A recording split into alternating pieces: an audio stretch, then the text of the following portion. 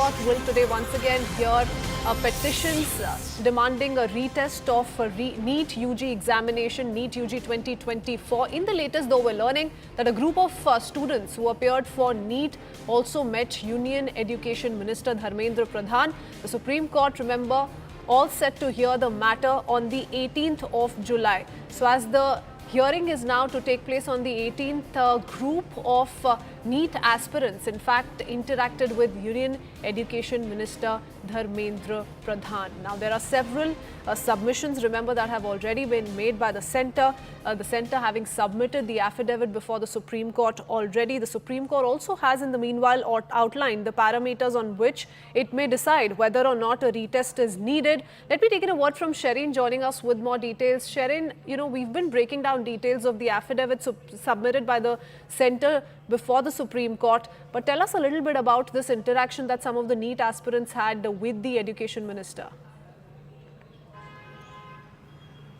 Well, not the first time that the Education Minister is meeting the aspirants of NEET UG. Before this as well, when there was a series of protests by the students over the paper leak in the ministry itself, the Education Ministry had invited these students and their parents to have a discussion to ensure them that appropriate action will be taken. Now, this interaction is in fact had happened at the residence of the minister, and this is in fact an attempt to reach out to the students, because remember, at the end of the day, it is the students who are going through a very distressed and stressful time, and it is very important that the government reach out to them and tell them that the government is very much with them, and ensure them that as soon as possible the counselling session will happen. Accordingly, the academic session will also begin. So amidst the controversy surrounding the NEET UG, Supreme Court hearing a batch of petitions, and now the next hearing is on July 18. This is an attempt by the Education Minister